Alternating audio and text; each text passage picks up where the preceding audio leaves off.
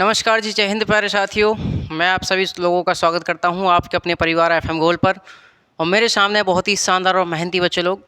तो प्यारे साथियों, जैसा कि मैंने आपसे वादा किया था कि मैं एक सीरीज़ लेकर के आ रहा हूं आपको, नो योर सीरीज़, जिसमें आपको मैं महत्वपूर्ण से महत्वपूर्ण चैप्टर से रूबरू कराऊँगा। तो आज पहले चैप्टर को हम लोग लेकर के चल रहे हैं। पहला चैप्टर रहेगा हमारा मौलिक अधिकार, फंडामेंटल राइट्स, यानी कि मौलिक अधिकार। मौलिक अधिकार।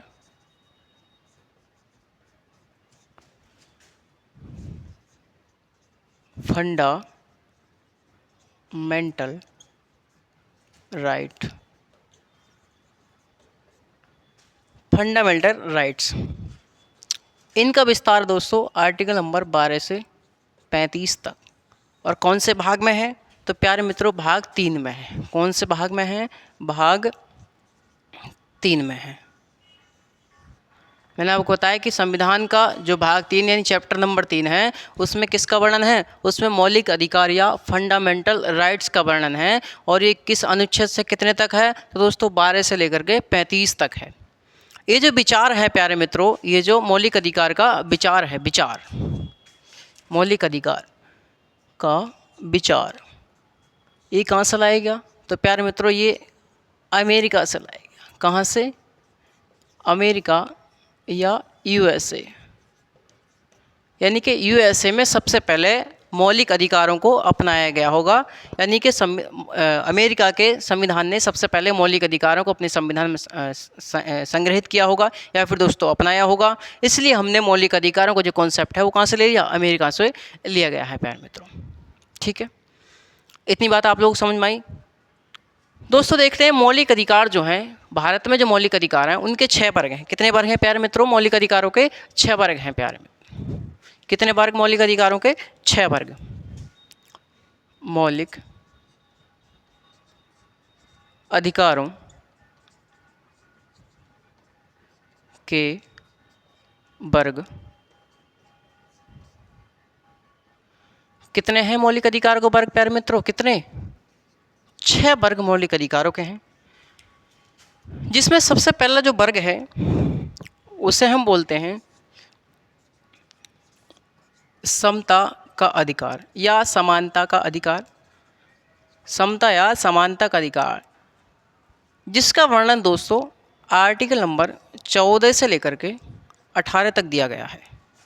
दूसरा जो वर्ग है उसे हम बोलते हैं स्वतंत्रता का अधिकार। स्वतंत्रता का अधिकार, इसका विस्तार दिया गया है प्यारे मित्रों अनुच्छेद 19 से लेकर के 22 तक। तीसरा वर्ग हमारा दिया गया है शोषण के विरुद्ध अधिकार। शोषण के विरुद्ध अधिकार, इसका विस्तार है आर्टिकल नंबर 23 और 24 में। चौथा जो वर्ग है उसे हम बोलते हैं धार्मिक स्वतंत्रता का अधिकार, जिसका वर्णन है प्यारे मित्रों आर्टिकल 25 से लेकर के 28 तक। पांचवा जो वर्ग है उसे हम बोलते हैं अल्पसंख्यकों का शैक्षणिक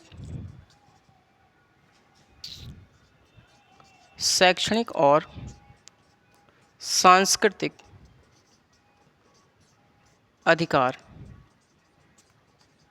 अल्पसंख्यकों का शैक्षणिक और सांस्कृतिक अधिकार। छठा जो वर्ग है दोस्तों, अंतिम जो वर्ग है, उसे हम लोग बोलते हैं संवैधानिक उपचारों का अधिकार। संवैधानिक उपचारों का अधिकार। मैंने आपको बताया प्यारे मित्रों की मौलिक अधिकारों के कितने वर्ग हैं संविधान में? तो प्यारे मित्रों 6 वर्ग हैं। कितने वर्ग हैं?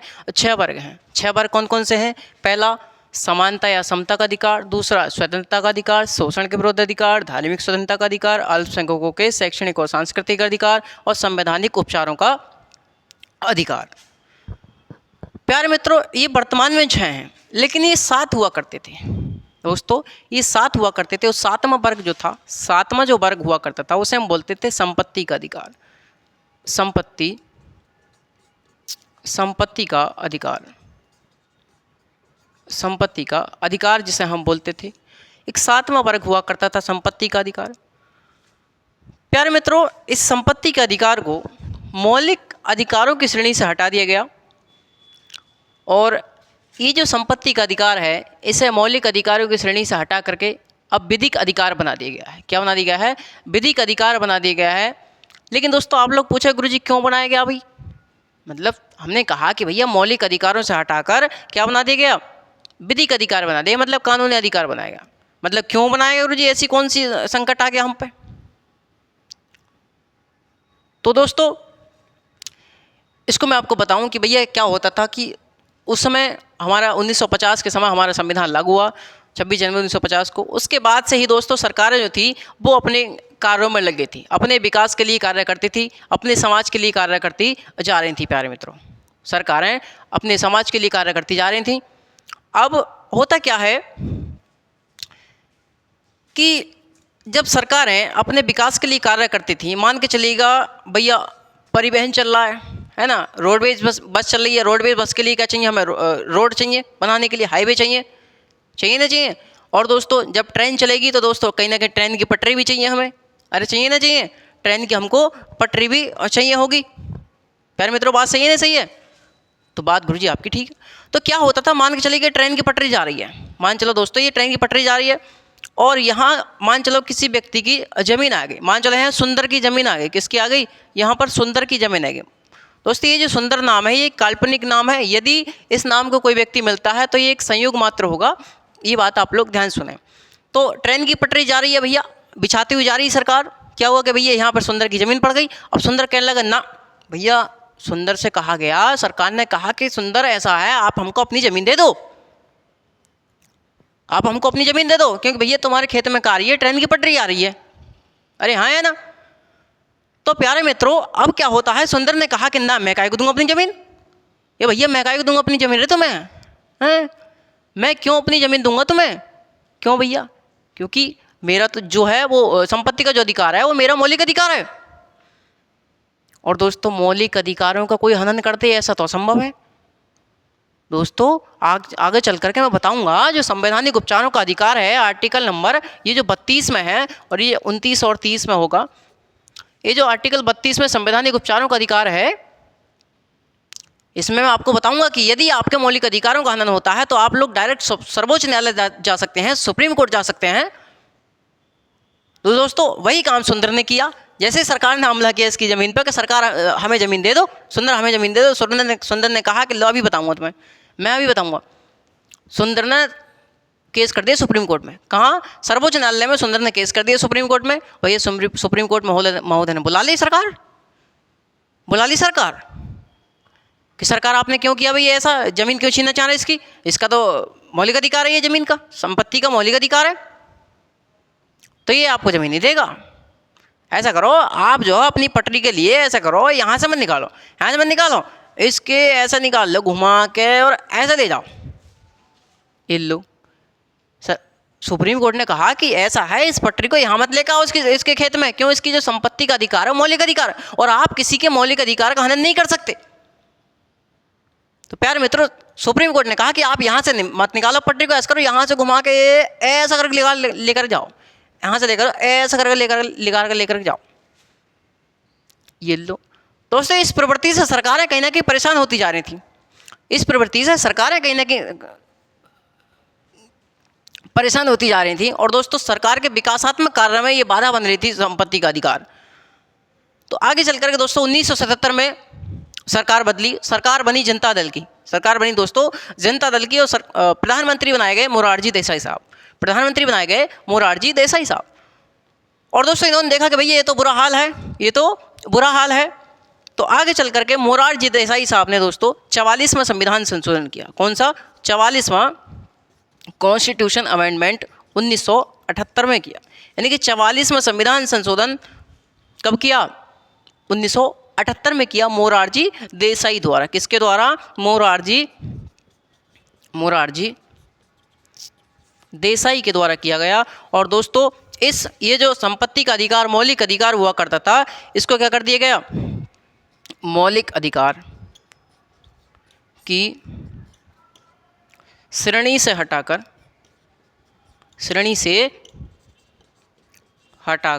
विधिक अधिकार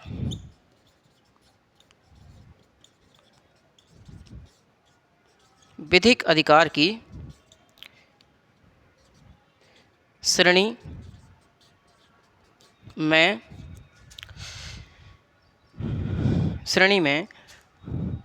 डाल दिया गया। मैंने आपको क्या बताया दोस्तों कि मोरारजी देसाई साहब ने 44वां संविधान संशोधन 1978 में किया। और क्या हुआ कि मौलिक अधिकार, ये जो संपत्ति का अधिकार मौलिक अधिकार हुआ करता था, इसको मौलिक अधिकार की श्रेणी से हटाकर विधिक अधिकार या दोस्तों कानूनी अधिकार की श्रेणी में डाल दिया गया।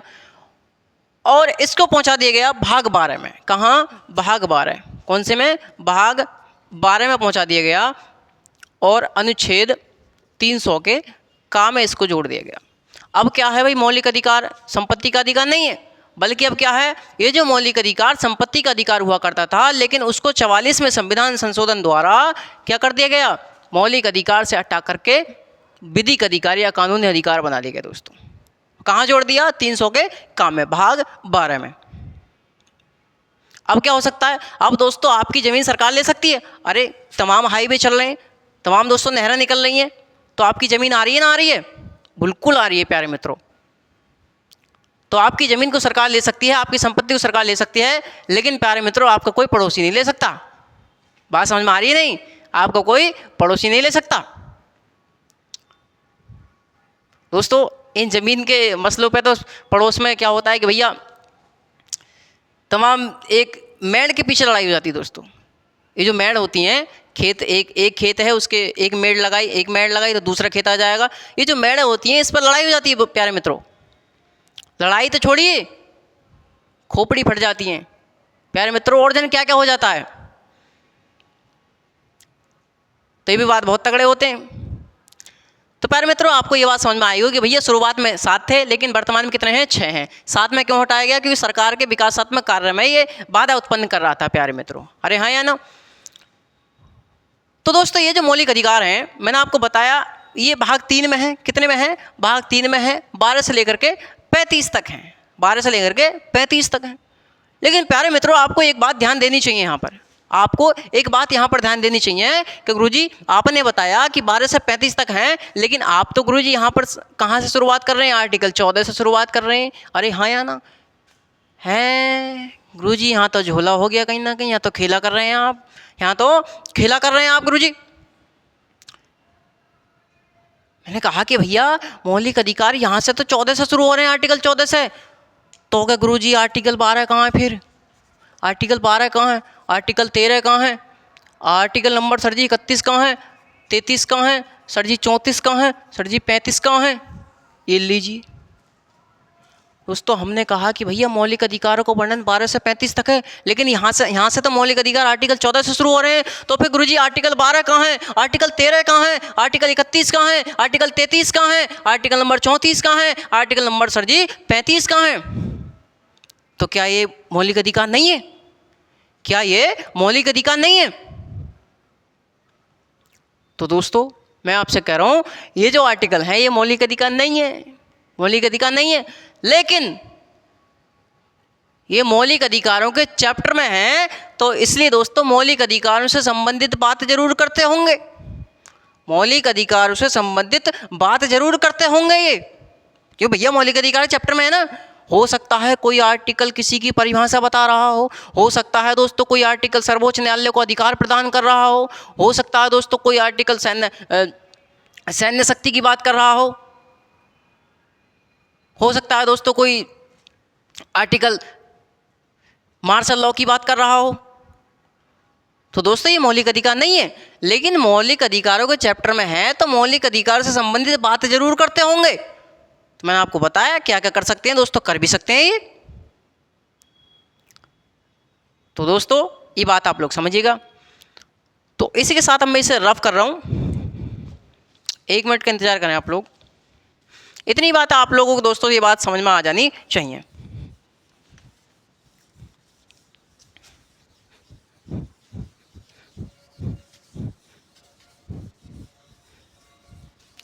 प्यारे मित्रों, ये जो सीरीज हम लोग चला रहे हैं नो योर सीरीज, इस सीरीज में प्यारे मित्रों जैसा कि आपको मैंने बताया कि इसमें आप लोगों को महत्वपूर्ण से महत्वपूर्ण चैप्टर देखने को मिलेंगे और ऊपर ऊपर से नहीं पढ़ने को मिलेंगे, काफ़ी अंदर चल कर के हम आपको पढ़ाएंगे, काफ़ी अंदर घुस कर के हम आपको इन चैप्टरों को पढ़ाएंगे। चाहे आपका कोई भी एग्ज़ाम रहा हो भारत में, यूपी पीसीएस हो, आरओ हो, चाहे दोस्तों अन्य कोई छोटा बड़ा कोई भी एग्ज़ाम हो, उन सभी एग्ज़ाम में हमारी क्लास से दोस्तों आपको क्वेश्चन देखने को मिलेंगे। तो प्यारे मित्रों हमने बताया कि भैया मौलिक अधिकार हैं, मौलिक अधिकार छः मौलिक अधिकारों का वर्ग है, 7वां होता था उसे समाप्त कर दिया गया। तो दोस्तों ये जो मौलिक अधिकार हैं प्यारे मित्रों, ये जो मौलिक अधिकार हैं, इन मौलिक अधिकारों की संविधान में जोड़ने की आवश्यकता क्यों पड़ी हमें? भैया क्या करते हैं मौलिक अधिकार हमारे जीवन में? दोस्तों मानव जीवन में मौलिक अधिकारों का क्या कर्तव्य है, क्या करते हैं मौलिक अधिकार हमारे जीवन में आकर के? भैया मौलिक अधिकार यानी भाग 3 में मौलिक अधिकारों को जोड़ने की आवश्यकता क्या पड़ गई? हम तो भाग 3 में और कुछ भी जोड़ सके, हमने नहीं जोड़ा। क्यों नहीं जोड़ा? कि भैया मौलिक अधिकार जोड़े। गुरु जी क्यों जोड़े?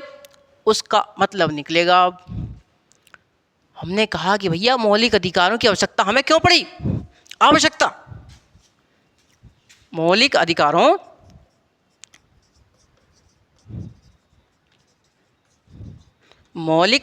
की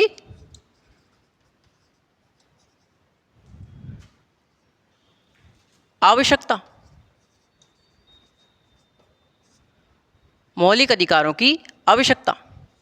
दोस्तों मौलिक अधिकारों की आवश्यकता क्यों पड़ रही है हमें? तो प्यारे मित्रों आप लोग इस बात को ध्यान सुनिएगा।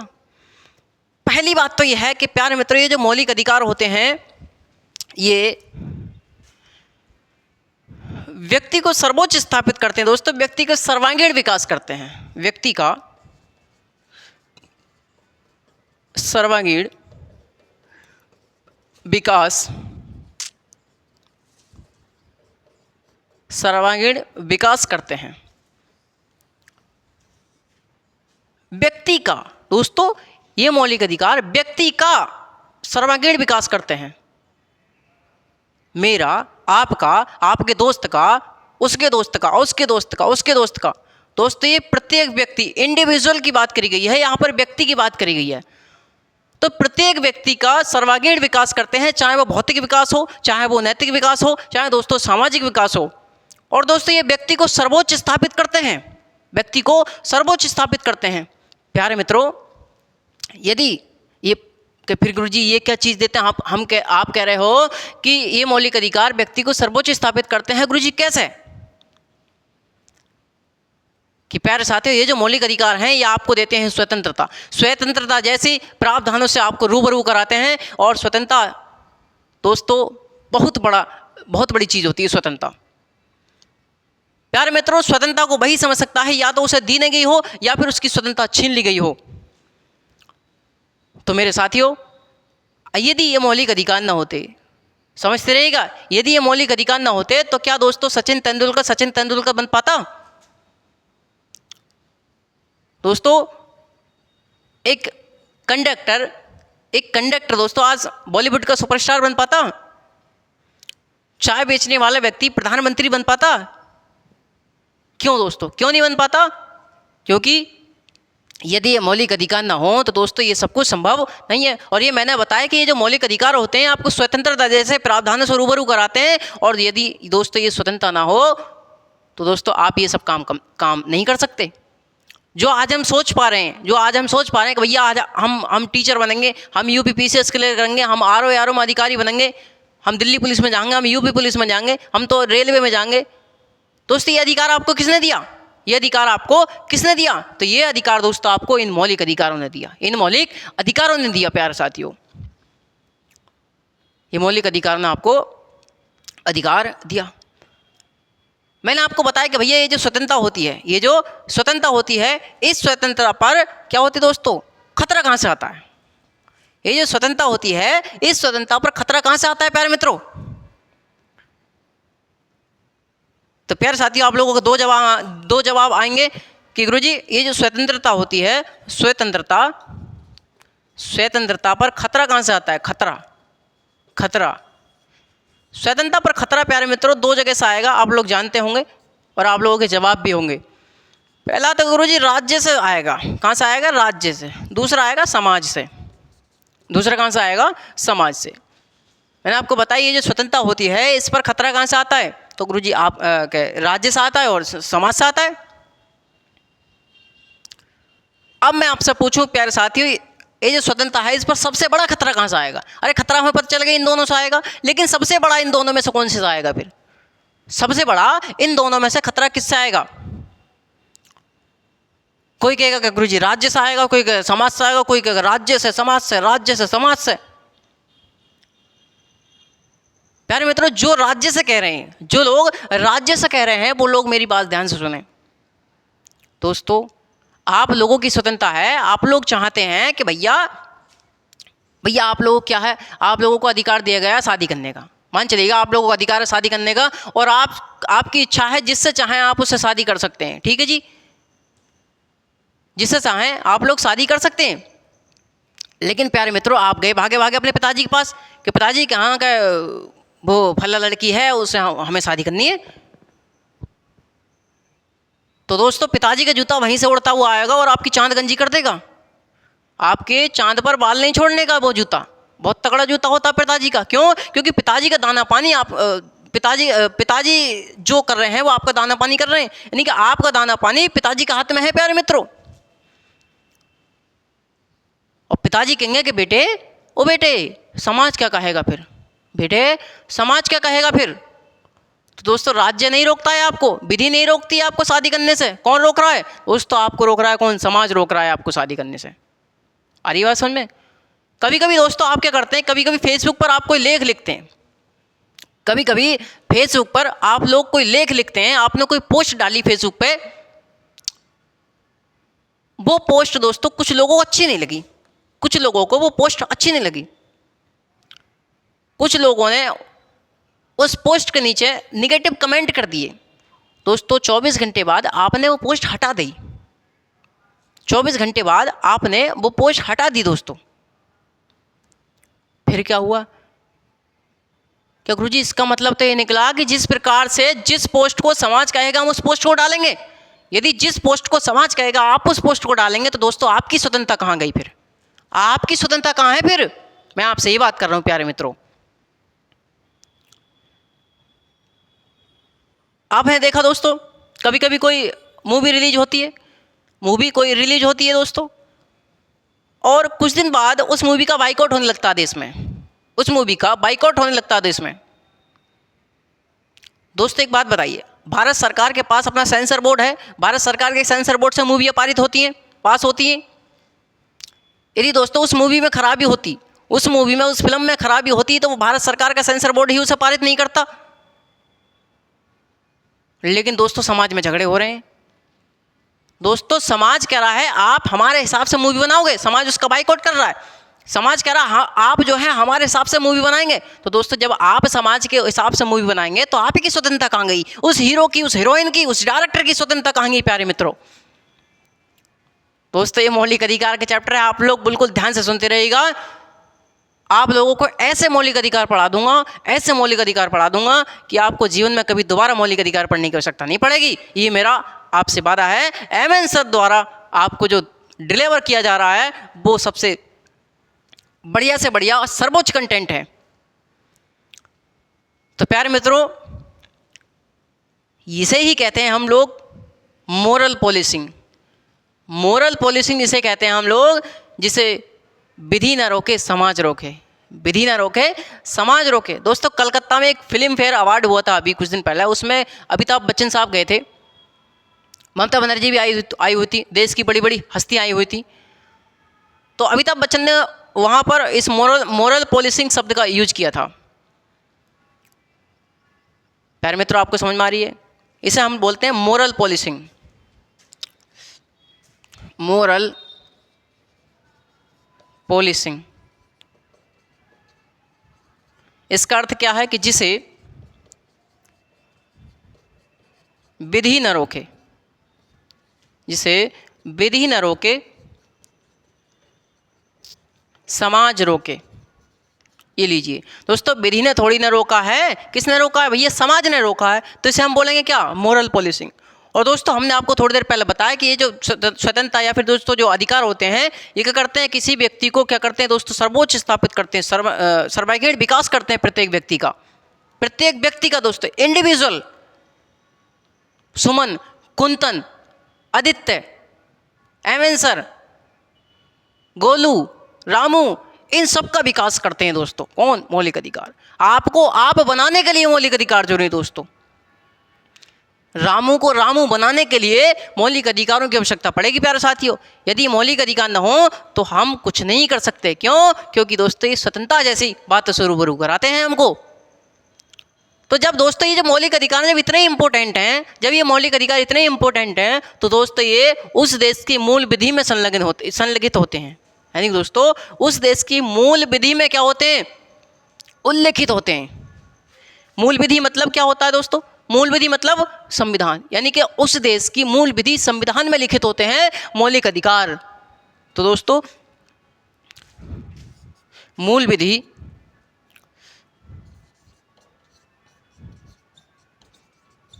या संविधान में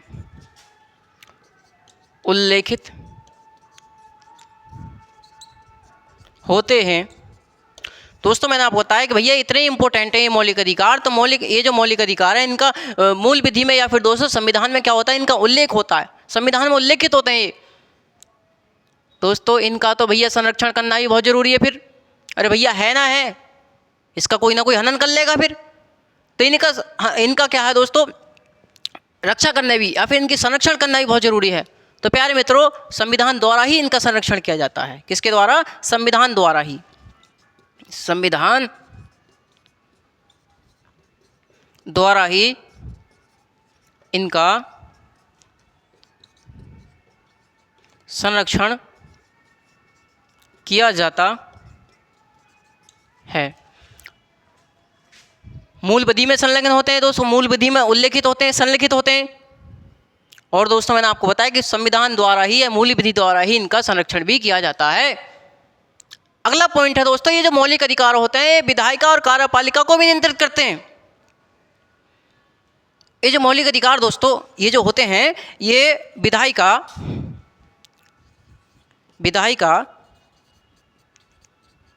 और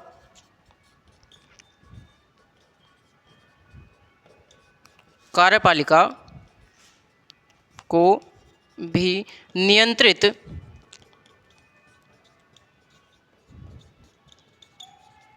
करते हैं। मैंने आपको बताया कि भैया ये जो मौलिक अधिकार होते हैं कार्यपालिका और विधायिका को नियंत्रित करते हैं दोस्तों। कि गुरुजी कैसे? दोस्तों आपने देखा होगा कि विधायिका द्वारा, प्यारे मित्रों, विधायिका द्वारा एक कानून बनाया गया, फार्म लॉ, कृषि कानून बनाए गए प्यारे मित्रों। किसके द्वारा? विधायिका द्वारा। उन कृषि कानूनों को दोस्तों सरकार द्वारा वापस ले दिया गया। क्यों लिया गया दोस्तों? क्योंकि भैया आपको क्या है? आपको अधिकार है विरोध करने का। आपको दोस्तों अधिकार है विरोध करने का। आप सरकार की कोई बात अच्छी लगती है, आप विरोध कर सकते हैं। दोस्तों आपने विरोध किया और विधायिका को नियंत्रित किया आपके इन मौलिक अधिकारों ने। यदि ये मौलिक अधिकार ना होते तो प्यारे मित्रों आप विरोध नहीं कर पाते। अरे हाँ है ना? तो प्यारे मित्रों विधायिका और कार्यपालिका को नियंत्रित करते हैं। कभी कभी सरकार भी आदेश दे देती है और दोस्तों उस आदेश में मान के चलिएगा आपके मौलिक अधिकार को हनन हो रहा है किसी वजह से, तो दोस्तों आपके मौलिक अधिकारों का हनन नहीं कर सकती सरकार। आप कहाँ जा सकते हैं? डायरेक्ट सर्वोच्च न्यायालय सुप्रीम कोर्ट जा सकते हैं और आपको संरक्षण दिया जाएगा। प्यारे मित्रों, बने रहिएगा साथ में।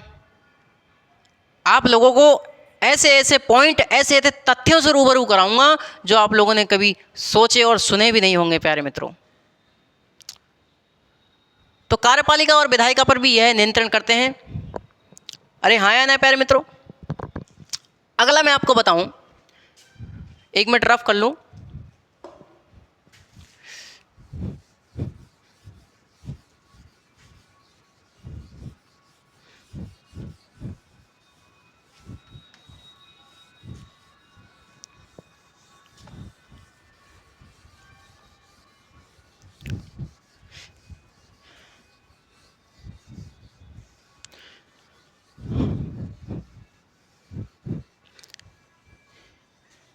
अगला देखें दोस्तों, कभी कभी क्या होता है प्यारे मित्रों,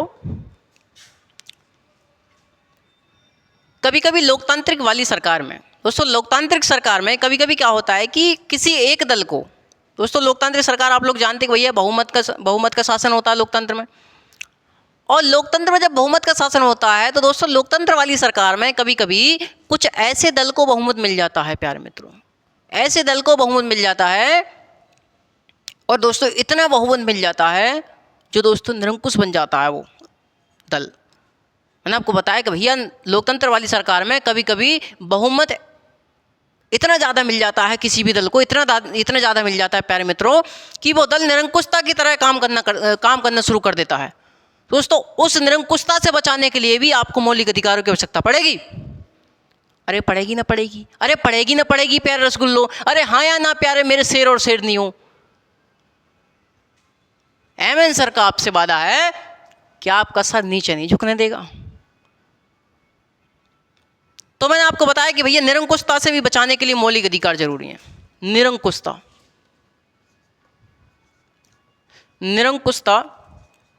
से बचाते हैं, निरंकुशता से भी बचाते हैं दोस्तों,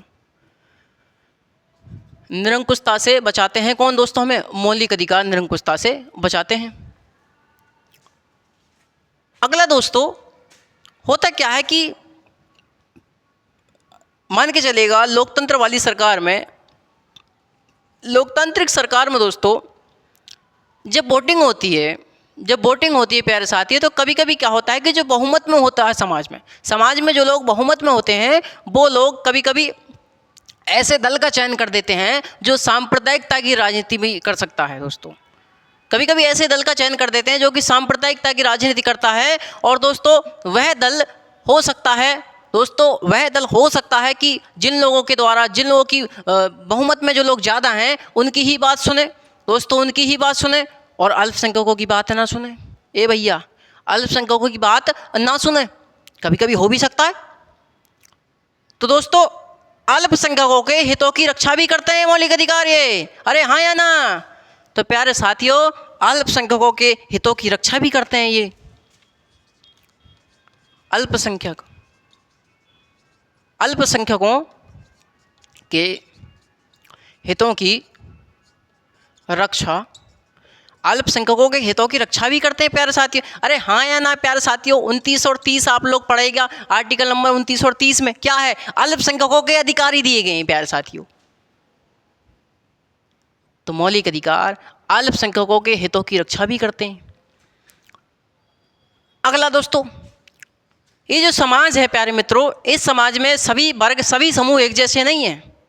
दोस्तों इस समाज में सभी समाज में जो समूह हैं, ग्रुप हैं, जो वर्ग हैं वो एक जैसे नहीं हैं, कोई दोस्तों उच्च समूह है, जो कोई समूह क्या है कि उच्च वर्ग है, उच्च वर्ग का समूह है, कोई दोस्तों निचले वर्ग हैं, जो कुछ पिछड़े वर्ग हैं, कुछ उच्च वर्ग हैं। तो दोस्तों जो उच्च वर्ग हैं वो तो अपना कर ही रहे हैं जैसे कर रहे हैं, लेकिन दोस्तों जो निचले वर्ग हैं, जो दोस्तों अनुसूचित जाति अनुसूचित जनजाति के जो लोग हैं, उनको भी तो कहीं ना कहीं हमें समाज की मुख्य धारा से जोड़ना पड़ेगा। अरे जोड़ना पड़ेगा ना पड़ेगा दोस्तों। जब हम लोग उन्हें समाज की मुख्य धारा से जोड़ेंगे ही नहीं तो हम लोग दोस्तों किस बात की संभावना कर सकते हैं कि समाज में समानता स्थापित हो जाएगी? दोस्तों जब हम लोग उन्हें समाज में बराबरी का हक, बराबरी की समानता नहीं देंगे तो हम लोग कैसे समानता स्थापित कर लेंगे? प्यारे मित्रों, कहीं ना कहीं हमें उन्हें भी समानता का अधिकार देना पड़ेगा, उनको भी हमें समान स्वतंत्रता देनी पड़ेगी। तो प्यारे मित्रों, जो समाज के वंचित वर्ग या जो पिछड़े वर्ग होते हैं उनको भी समाज की मुख्य धारा से जोड़ने के लिए मौलिक अधिकार जरूरी है प्यारे मित्रों। अरे हाँ या ना? अरे दोस्तों, आप लोग देखिएगा, आर्टिकल नंबर 15 क्लॉज 3 देखो, 15 क्लॉज 4 देखो, 15 क्लॉज 5 देखो, 15 क्लॉज 6 देखो, 16 क्लॉज 4 देखो, 16 क्लॉज 5 देखें, 16 क्लॉज 6 देखें। आप लोग क्या है, 46 देखें, आर्टिकल नंबर 46 देखें, आर्टिकल नंबर 335 देखें। दोस्तों ये सब क्या हैं? ये सब समाज के जो वंचित वर्ग हैं, जो पिछड़े वर्ग हैं, उनको समाज की मुख्य धारा से जोड़ने के लिए ही प्रावधान किए गए हैं। तो दोस्तों मौलिक अधिकार,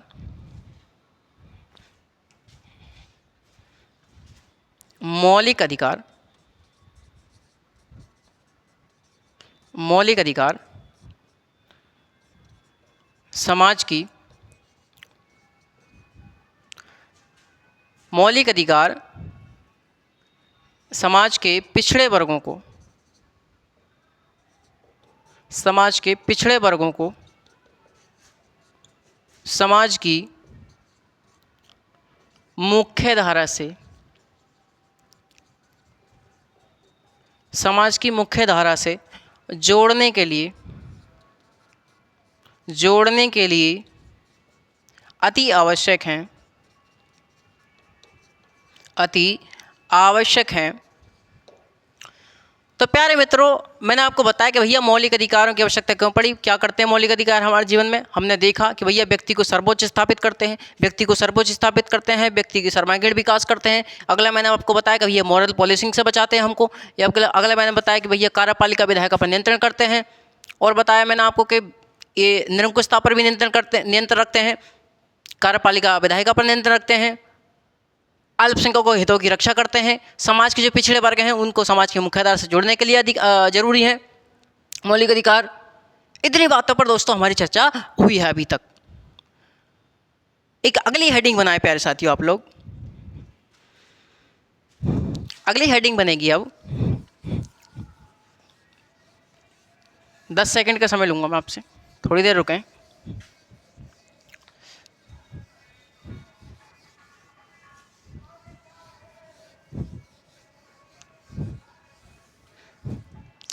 अगली हेडिंग बनेगी प्यारे साथियों, ये जो मौलिक अधिकार हैं, क्या मौलिक अधिकार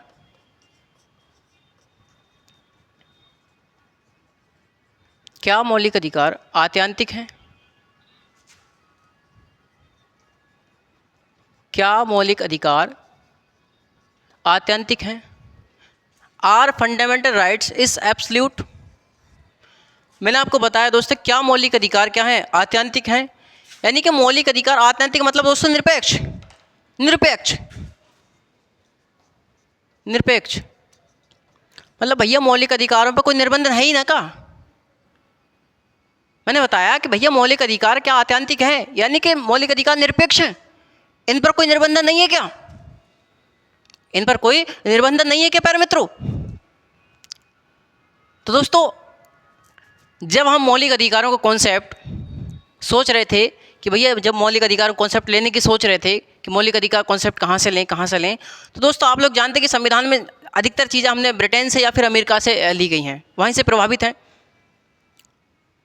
दोस्तों हम लोगों ने सबसे पहले देखा अमेरिका की ओर, सबसे पहले हम लोगों ने देखा अमेरिका की ओर। दोस्तों जब हमने सबसे पहले अमेरिका की ओर देखा तो अमेरिका में कुछ ऐसा प्रावधान था, ये थे दोस्तों अमेरिका का प्रावधान, ये था यूएसए, और यहाँ दोस्तों हमने देखा ब्रिटेन,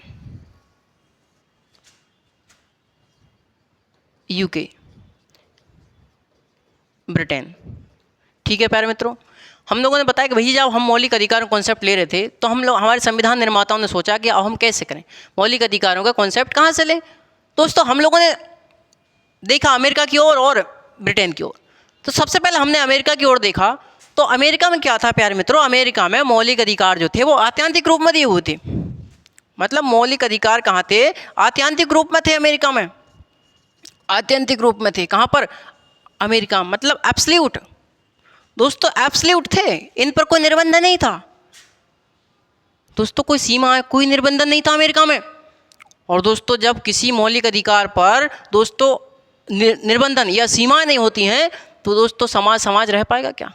प्यारे मित्रों, समाज रह पाएगा क्या? प्यारे मित्रों, आपको सबको घूमने का अधिकार है, आपको सबको जाने का अधिकार है। मान के चलिएगा आप लोग कहाँ रुक गए, आप लोग रुक गए ट्रैफिक लाइट पे। जब आपको सबको जाने का अधिकार है, आपने कहा कि भैया जाने का अधिकार है, हम तो जा रहे हैं, हम क्यों रुकेंगे? क्योंकि निर्बंधन है ही नहीं कुछ भी। तो दोस्तों आप अपने घर पहुंच पाएंगे क्या? आप अपने घर पहुंच पाएंगे क्या? उसमें से आधे तो वहीं फूटेंगे, आधे रास्ता में फूटेंगे, तो क्या है कि मामला गड़बड़ हो जाएगा, समाज नहीं रह पाएगा। प्यारे मित्रों, अमेरिका ने जैसे ही आत्यंतिक रूप में मौलिक अधिकार दिए और भैया इसका क्या होने लगा, मिसयूज होने लगा इनका। जब मिसयूज होने लगा इन मौलिक अधिकारों का दोस्तों, फिर क्या हुआ, अमेरिका की सरकार ने देखा कहाँ की ओर, उसकी न्यायपालिका की ओर। अमेरिका की सरकार ने देखा कहाँ की ओर, यहाँ की न्यायपालिका की ओर। कहाँ दोस्तों? यहाँ की न्यायपालिका की ओर, यहाँ की न्यायपालिका की ओर देखा। क्योंकि दोस्तों अमेरिका के संविधान में संविधान संशोधन करना तो इतना आसान है ही नहीं दोस्तों। यहाँ तो संविधान में संशोधन करना इतना कठिन है कि 3/4 राज्यों का अनुसमर्थन चाहिए, जब जाके कहीं संविधान में संशोधन होता है। तो दोस्तों संविधान में संशोधन करना इतना आसान है नहीं, तो भैया आत्यंतिक रूप में दे रखे हैं, तो अब क्या करेंगे? अब तो भैया हम न्यायपालिका की ओर ही देखेंगे। क्या देखेंगे? न्यायपालिका की ओर। हमने देखा, गुहार लगे न्यायपालिका से, न्यायपालिका महोदय के देखिए हमने आत्यंतिक रूप में मौलिक अधिकार दे दिए हैं, और लोग कह रहे हैं कि भैया आत्यंतिक रूप में मौलिक अधिकार है, हम नहीं मान रहे। तो वहाँ के सर्वोच्च न्यायालय ने या फिर न्यायपालिका ने ये लेकर के आए doctrine of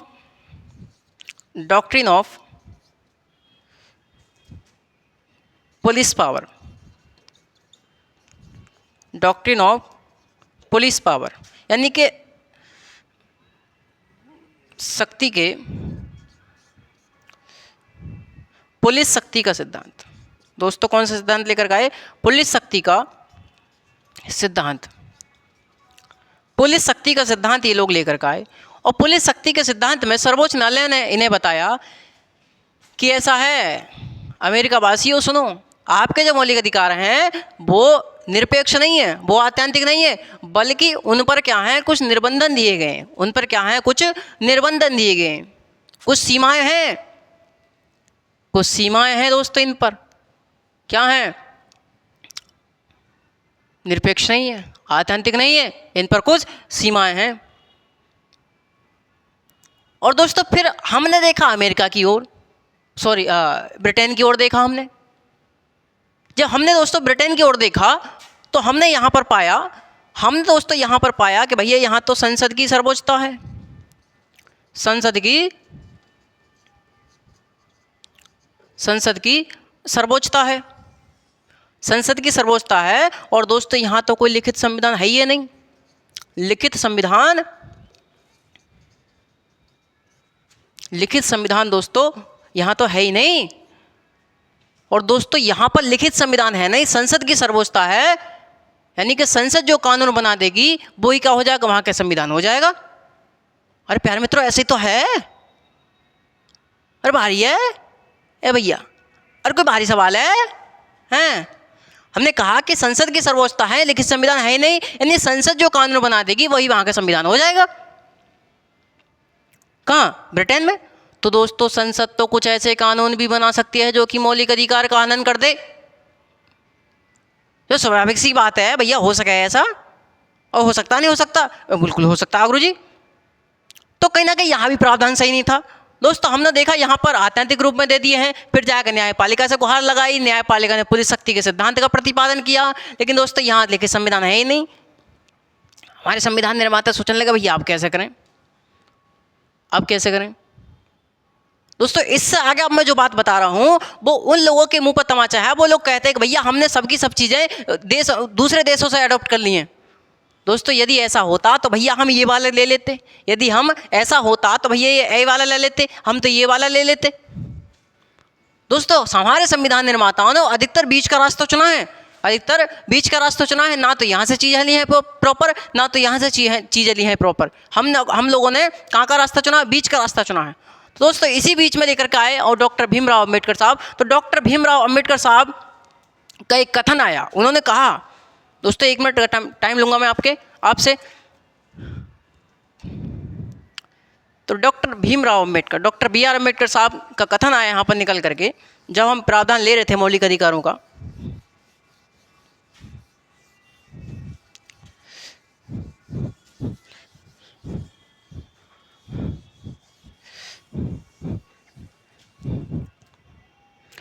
doctor BR Ambedkar, doctor BR Ambedkar ji का कथन है, उन्होंने कहा, देखिए दोस्तों मैंने आपको बताया कि यहाँ कुछ खेला होने वाला है, ना तो हम इधर से ले रहे हैं पूरी तरीक़ा से, ना ही हम इधर से ले रहे हैं पूरी तरीक़ा से।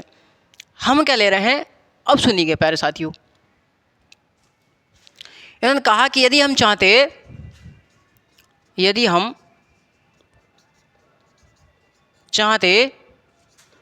तो मौलिक अधिकारों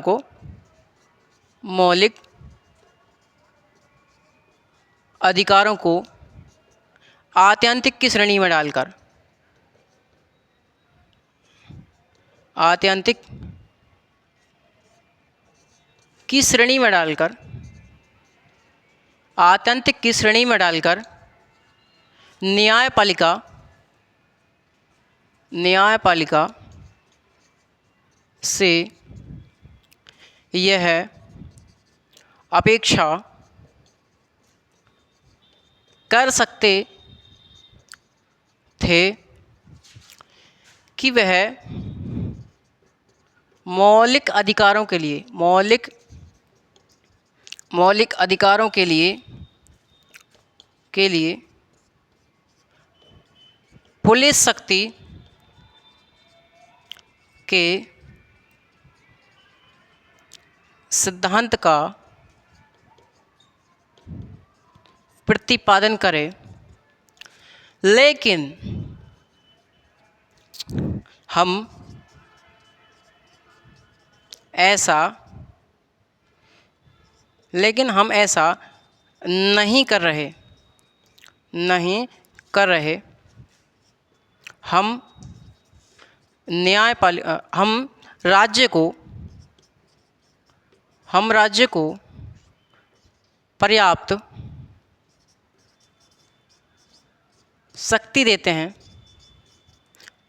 शक्ति देते हैं कि वह मौलिक अधिकारों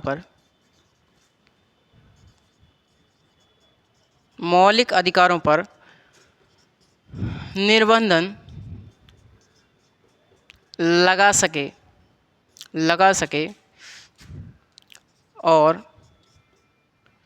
ये निर्बंधन युक्तियुक्त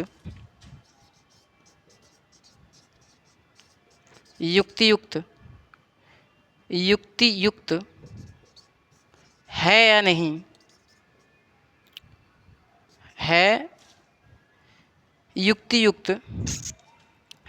या नहीं, इसका निर्णय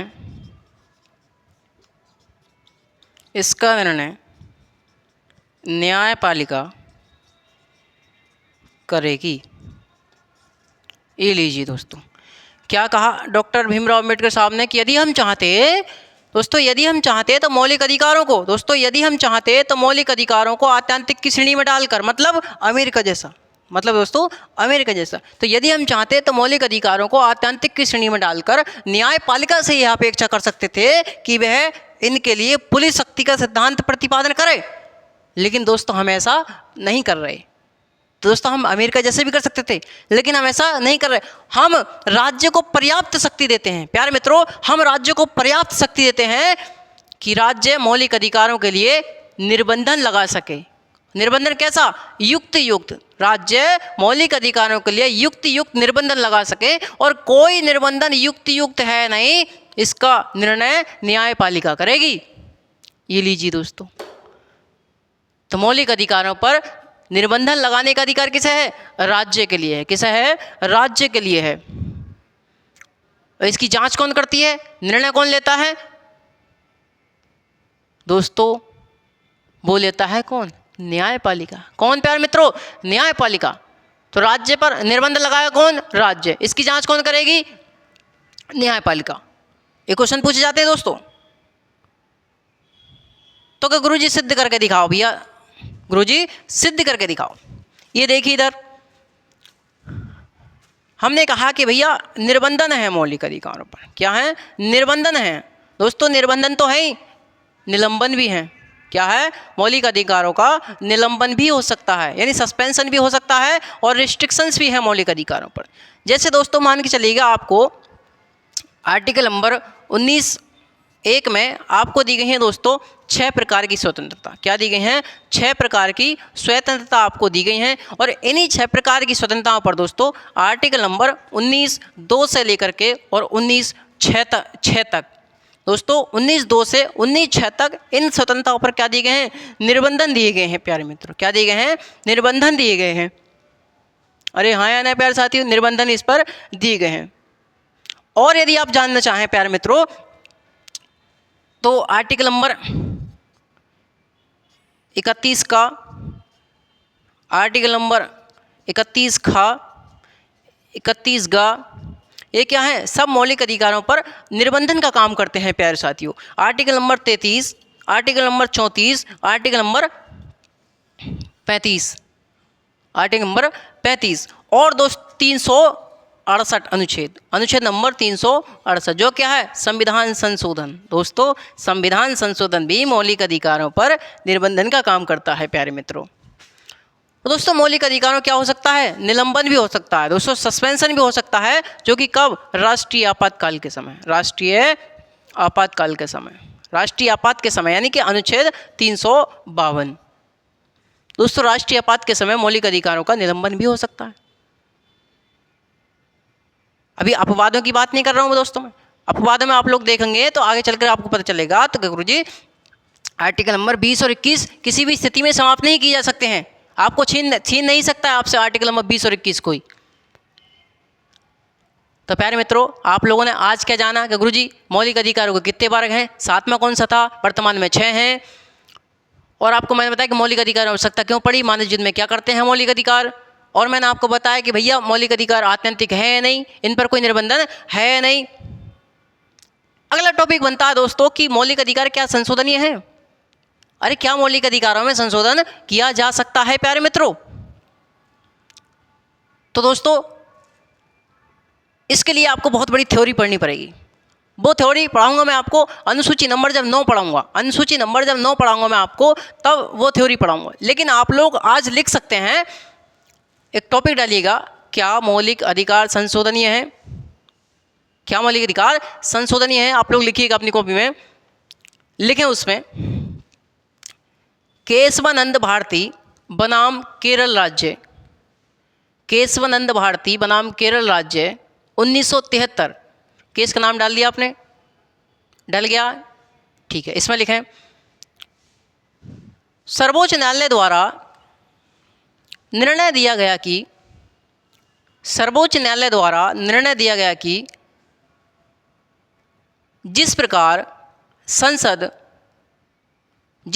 संसद किसी अन्य भाग में संशोधन कर सकती है, ठीक उसी प्रकार मौलिक अधिकारों में भी संशोधन कर सकती है। तो दोस्तों मौलिक अधिकार संशोधनीय है 1973 के निर्णय के अनुसार।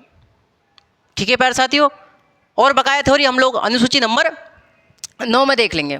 उसमें कम से कम हमारे लिए 10 से 12 केस पढ़ने पड़ेंगे, वो हम लोग आपको पढ़ा देंगे। बिल्कुल आप लोग टेंशन नहीं लीजिएगा, बिल्कुल भी आप लोग टेंशन ना लिए करें। आपका भाई आपके साथ है, FM गोल्ड आपके साथ है। तो इसी के साथ दोस्तों मैं आज की क्लास यहीं समाप्त करता हूँ। ठीक है दोस्तों, कल हम लोग आर्टिकल नंबर 12 पर चर्चा करेंगे। दोस्तों आप मौलिक अधिकार शुरू कर देना में, तो भैया आर्टिकल नंबर 12 पर चर्चा करेंगे हम लोग। तो प्यारे मित्रों आज क्लास यहीं समाप्त करेंगे हम लोग। नमस्कार, जय हिंद।